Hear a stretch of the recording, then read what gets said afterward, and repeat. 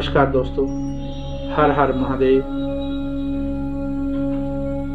आइए आज हम चर्चा करते हैं भगवान भोलेनाथ,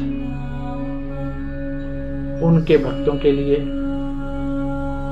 उनके ऊपर जो कुछ भी हम लोगों ने गलत थोप रखा है उसकी चर्चा करेंगे।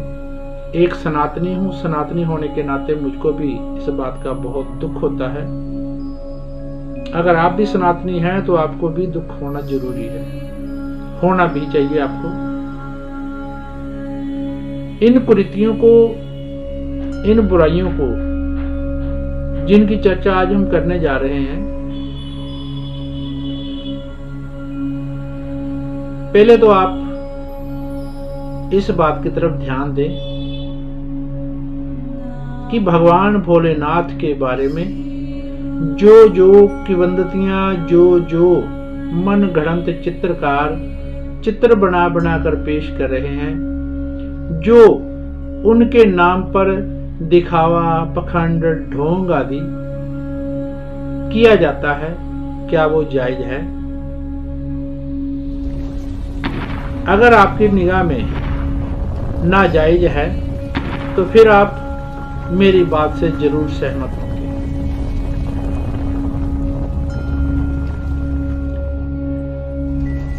आप इंटरनेट पर सर्च मारकर देखिए, आपको सैकड़ों हजारों ऐसे वीडियो मिलेंगे जिनमें भोलेनाथ को महिमा मंडित करने के बजाय ऐसे लगता है कि जैसे कि वो कोई अपराधी हैं। निश्चित ही हमारे समाज में हमारे बच्चे, हमारे बुजुर्ग अगर उस रूपरेखा के, उस चित्र के अनुसार हों तो हम भी उनको अच्छा नहीं समझेंगे। हमारी इन्हीं गलतियों के कारण उन लोगों की जिनके आज हम चर्चा करने जा रहे हैं, उनके कारण हमारे धर्म का जो मजाक, जो उपहास दूसरों की नजरों में उतरता है, वो कोई नाजायज नहीं है। उपहास उड़ाने वाले अपनी जगह पर सही हैं। आप ये सोचकर देखिए कि क्या वो गलत सोचते हैं? हम भगवान शंकर जो सचमुच हैं, क्या हम उनको वैसा मान कभी दे पाते हैं? और थोड़ा सा पैसा कमाने के लिए, थोड़ी सी प्रसिद्धि पाने के लिए हम अपने आराध्य देव को भी उसका मजाक बनाने में पीछे नहीं हटते हैं। तरह तरह के उसके स्वांग बढ़ाते हैं। हमने अपने सबसे उच्चतम इष्ट देव को कैसा मजाक बनाकर रख दिया है। उसको नशेड़ी, उसको गंजेड़ी, उसको भंगेड़ी बनाकर रख दिया है। आज अगर हम किसी दूसरे धर्म के बारे में, उसके बीच में जाकर अगर भगवान भोलेनाथ की कुछ चर्चा करेंगे तो सबसे पहले वहां पर इसी बात की चर्चा होगी कि भगवान शिव क्या गंजेड़ी हैं? वो तो गांजा पीते हैं, वो तो चिलम पीते हैं, हुक्का पीते हैं, भांग पीते हैं। बहुत ही शर्म के साथ, बहुत ही दुख के साथ ऐसी बातों को आपसे बांटना पड़ रहा है कि कुछ लोगों की मूर्खता के कारण, कुछ लोगों की नासमझी के कारण हमारे आराध्य देव का ऐसा अपमान। जो चित्र, भोड़े चित्र बना करके समाज में भगवान शंकर के पेश किए जाते हैं, वो उनकी महिमा के बिल्कुल विपरीत हैं। कभी आप इस बारे में ध्यान करें, क्योंकि उनकी वंदना में ही ये बात कही जाती है, कर्पूर गौरम करुणावतारम संसार सारम भुजगेंद्रहारम सदा वसंतम हृदयारविंदे भवं भवानी सैतं नमामि सैतं नमामि। जो भगवान कपूर के जैसे, कर्पूर जानते हैं, कर्पूर के जैसे गोरे हैं, कपूर गोरम करुणावतारम, जो करुणा के अवतार हैं, ये संसार जिनका सार है, संसार सारम, भुजगेंद्रहारम, उन्होंने अपने गले में भुजंगों की माला पहनी। तो क्यों पहनी? लोक कल्याण के लिए पहनी। सदा वसंतम, जो खिले हुए बसंत के समान प्रसन्न चित्त वाले हैं, प्रसन्न मुख वाले हैं, ऐसे भगवान शंकर को मैं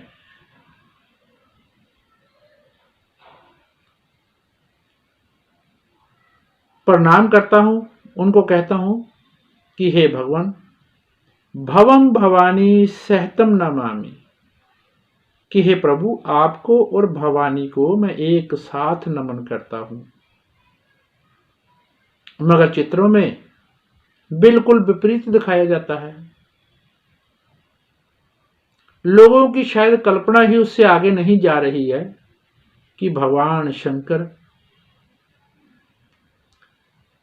इतने गुणों के मालिक, आदि जोगी, जिनके बगैर संसार की कल्पना करना भी मुश्किल है।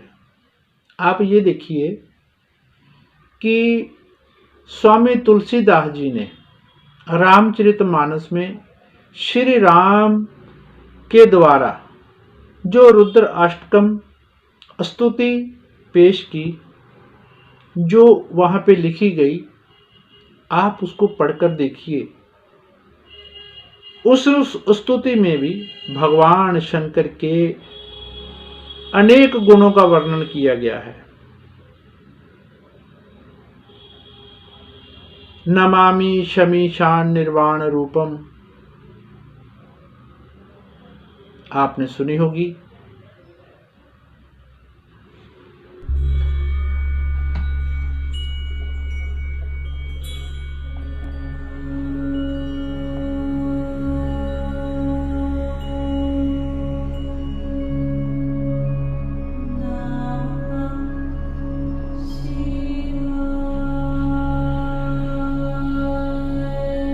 नमामि शमीशान निर्वाण रूपम विभुम व्यापकम ब्रह्म वेद स्वरूपम, कि हे परमात्मा, जो ईशान, भगवान का एक नाम ईशान भी है, तो उस भगवान शंकर को इस प्रकार से भगवान राम याद कर रहे हैं। नमामि शमीशान निर्वाण रूपम विभुम व्यापकम ब्रह्म वेद स्वरूपम।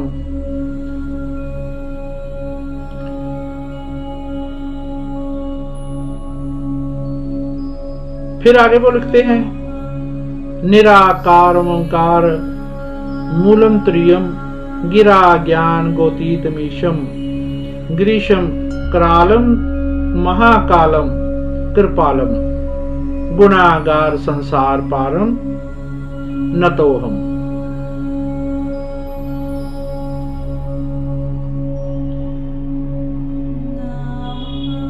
निराकार ओंकार,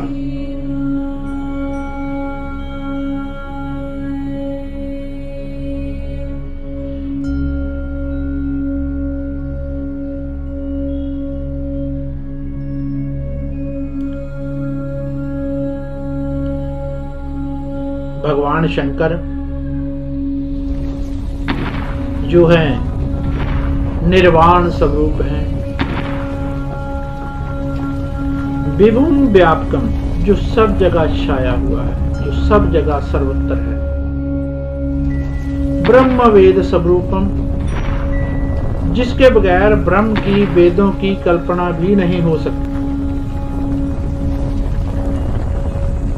जिनके कारण संसार को पार किया जा सकता है, जिनकी वंदना से संसार को पार किया जा सकता है। ऐसे भगवान की महिमा करते हुए तुलसीदास जी कहते हैं कि भगवान शंकर विशाल नेत्र है, बहुत सुंदर नेत्र है, गौरम गंभीरम है, कि बहुत ही गंभीर है। मगर हम लोग उन भगवान शंकर को क्या दिखाते हैं? उनके हाथ में चिलम, तरह तरह के गंदे चित्र। और तो और हमने भाई साहब को, इन कलाकार को देखिए, ऐसे लोगों ने सिर्फ पैसा कमाने के लिए और थोड़ी सी प्रसिद्धि के लिए भगवान शंकर का मजाक बनाने में कोई कसर नहीं छोड़ी है। निश्चित इनके जैसे बहुत सारे लोग हैं जो कि इनको नहीं करना चाहिए, क्योंकि अगर इन लोगों की माने तो इन लोगों ने तो भगवान शंकर को ठुमके लगाने वाला नचार बनाकर रख दिया है। हालांकि ये भी सच है कि हमारे भगवान नटराज हैं, अनेक कलाओं के ज्ञाता हैं। ऐसी कोई भी विद्या नहीं है जो भगवान शंकर से ना मिलती हो। संसार को ज्ञान देने वाले, योग देने वाले भगवान शंकर ही हैं, जिन्होंने सप्त ऋषियों को सबसे पहले ज्ञान देकर के, योग की दीक्षा देकर के संसार में भेजा। मैं सबसे एक बात यही कहना चाहूंगा कि देखिए, आप अपने आराध्या को इस प्रकार पेश मत कीजिए कि कल आने वाली नस्लें ही हमारे आराध्या देव को तुच्छ समझे। ये आपकी बुद्धि की शुद्धता है। अगर आपके प्रभु के बारे में कुछ नहीं ज्ञान है तो आप अपने ज्ञान को बढ़ाइए। तुलसीदास जी ने एक बात कही थी, वो बात मैं आपके सामने रखने जा रहा हूं कि सुत दारा और लक्ष्मी पापी के भी हुए। जो सुत है, पुत्र है, पत्नी है और लक्ष्मी है, ये पापी के भी होती है। और आप उस परमात्मा को इस प्रकार से उपहास का कारण बना करके कौन सा महिमा मंडित हो जाओगे? पहले ही सनातन के ऊपर बहुत सारे प्रहार हुए हैं। सदियों से सनातन को बदनाम करने की जो साजिशें होती हैं, तो मैं ये कहूंगा कि इसमें आप भी योगदान दे रहे हैं। आपकी चुप्पी इस बात का सबूत है कि आप जो कुछ भी हो रहा है उसके साथ सहमत हैं। अगर नहीं सहमत हैं तो आप सबसे हाथ जोड़ करके विनती है कि जो लोग पैसे और प्रसिद्धि के लिए इस प्रकार के आडंबर रचते हैं, इस प्रकार के जो स्वरूप हमारे धर्म को तोड़ मरोड़ कर पेश करते हैं, आप उनका बायकॉट कीजिए। और उन लोगों को शर्म होनी चाहिए कि वो कर क्या रहे हैं। जो भगवान है, अगर आप उस ज्ञान को बढ़ा करके उसको आगे बढ़ाएंगे तो निश्चित ही आपको आने वाली नस्लें साधुवाद देंगी। वरना जिस रास्ते पर आप लोग चल रहे हो वह निश्चित ही घातक है। सनातन धर्म को खत्म करने के पीछे, बदनाम करने के पीछे अगर आप नहीं भी हो तो भी आपके इस कृत्य से आपको उन्हीं का संगी माना जाएगा।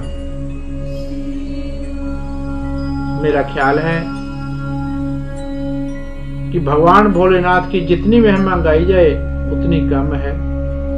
जरूरत है हमें और हमारे समाज को, हमारे धर्म को, हमारे बच्चों को ये समझने की और समझाने की कि हम लोग क्या हैं, हमारे आराध्य देव क्या हैं। क्योंकि जो ढकोसला, जो पखंडवाद, जो आडंबर हमारे धर्म में है, उतना किसी धर्म में नहीं है। लेकिन फिर भी आप यकीन मानिए कि अगर ये बुराइयां दूर हो जाएं तो निश्चित ही सनातन धर्म सब संसार के ऊपर निश्चित ही छा जाएगा। अब देखिए, इन्हीं बुराइयों के कारण हमें बार बार साधुओं ने, संतों ने, हमारे गुरुओं ने बार बार रोका है। यहां तक कि भगवान श्री कृष्ण ने भी अर्जुन को एक बात कही कि हे अर्जुन, तुम मेरा अनुसरण करो, मेरा अनुकरण नहीं करो। मतलब हमें अपने आराध्य देवों की नकल नहीं करनी है, उनके कहे हुए रास्ते पर, उनके बताए हुए रास्ते पर, उनकी दी हुई शिक्षाओं के ऊपर चलना चाहिए। यही धर्म का सार है। वरना लोग तो आपको खाने के लिए तैयार बैठे हैं, आप अपने धर्म से गिरोगे, वो यही चाहते हैं। आपको मिटते देर नहीं लगेगी, उनको मिटाते हुए देर नहीं लगेगी। आपने समझना है, आपने बात को समझना है, अपने आप को संभालना है, अपने धर्म को संभालना है या नहीं संभालना है, ये सब आपके हाथ में है। और इसके साथ ही चलते चलते आप लोगों से एक बात और कहेंगे कि जो भी जगरातों में, धार्मिक प्रोग्रामों में आप लोग कलाकारों को बुलाते हैं, हो सके तो आप दोस्तों अपने धर्म के कलाकारों को बुलाइए। कम से कम उनके मन में अपने धर्म के प्रति सम्मान तो है। वरना जो दूसरा कलाकार बुलाया है, ये खान आ गया, वो खान आ गया, ये अली आ गया, वो अली आ गया, ये सिंह आ गया, वो सिंह आ गया, ये सब लोग सिर्फ पैसा कमाने आए हैं, उनको आपके धर्म से कोई मतलब नहीं है। वो आएंगे, आपकी पसंद के नाचने गाने वाले प्रोग्राम करेंगे और चले जाएंगे। उन्होंने आपका मनोरंजन कर दिया। और एक बात जरूर कहेंगे, ये धर्म है, मनोरंजन नहीं है। यहां पर तो अगर आपको अपना धर्म चलाना है, इस धर्म को आगे बढ़ाना है, हमारे पुरखों ने भी किया, आपको भी करना पड़ेगा, आपके बच्चों को भी करना पड़ेगा। ये तलवार की धार का रास्ता है, जो इसके ऊपर चलेगा वही जिएगा। वरना आप जानो क्या करना है। और इन्हीं शब्दों के साथ आप लोगों से विदा लेते हुए इस कामना के साथ जा रहा हूं अगली मुलाकात तक कि आप लोग जो हमारे समाज में हमारे आराध्य देवों को लेकर के पाखंडवाद, उनको बदनाम करने की चेष्टाएं, या पैसे के लालच के लिए, या प्रसिद्धि के लालच के लिए जो भी कृत्य होते हैं, आप उन सब के प्रति जागरूक होवोगे और दूसरों को भी जागरूक करोगे। बहुत मीठा चरित्र है। आप भगवान शंकर के बारे में जानकर देखो। आपको जाते जाते एक छोटी सी बात का हिंट देकर जा रहा हूं। तो भगवान विष्णु की उम्र ब्रह्मा जी से 7 गुना है और भगवान शंकर की उम्र विष्णु जी से भी 7 गुना ज्यादा है। ऐसे भगवान को, जिनके बगैर ब्रह्म की कल्पना भी नहीं की जा सकती है, आप कैसे बदनाम कर दे रहे हो? कुछ तो शर्म करो यार, कुछ तो शर्म करो।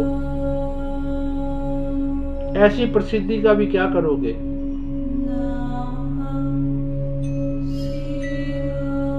ऐसे पैसे का भी क्या करोगे जो अपने इष्ट देवों को लांछित करके मिलती हो? किसी और का तो पता नहीं, कम से कम मैं लानत जरूर भेजता हूं ऐसे लोगों पर। और इसके साथ ही सबके मंगल की कामना करते हुए, भगवान से सबकी सद्बुद्धि की कामना करते हुए विदा लेता हूं। हर हर महादेव। ये वीडियो बनाने का हमारा मकसद सिर्फ उन लोगों को ये समझाना है कि अपने धर्म में सुधार करना जरूरी है, अपनी आदतों में सुधार करना जरूरी है, अपनी समझ में सुधार करना जरूरी है। जो नशा तो करते हैं अपनी मौज मस्ती के लिए, मगर नाम भगवान का बदनाम करते हैं। नशा करने वालों को तो हम अपने समाज में, अपने परिवार में भी सहन नहीं करते हैं, तो फिर भला हम अपने भगवान के ऊपर लगे हुए लांछन को कैसे सहन करें? और उन भगवान को जिनके बगैर इस संसार की कल्पना तक करना मुश्किल है। भगवान के सत्य स्वरूप को जाने हुए, उनके कल्याणकारी स्वरूप को जाने हुए उनको बदनाम करना किसी भी प्रकार से उचित नहीं है। और ऐसे लोगों को हम कहना चाहेंगे कि अगर आपको नकल ही करनी है तो भगवान भोलेनाथ ने समाज कल्याण के लिए, जन कल्याण के लिए विष अपने अंदर रख लिया था और नीलकंठ हो गए थे। आप अभी किसी दिन थोड़ा सा नीलकंठ हो जाइए। अगर आप सचमुच सनातनी हैं, परिवार को आपकी तो महानता आलस के को बारे में त्यागिए, पता तो लग जाएगा धर्म ध्वज उठाइए कि हमारे और अपने आचार के खिलाफ एकजुट हो जाइए। गंजेड़ी चरसी हर हर महादेव। ऐसा क्यों दिखाया जाता है और हमें उसके ऊपर आपत्ति क्यों नहीं है? क्या हम हिंदू नहीं, सनातनी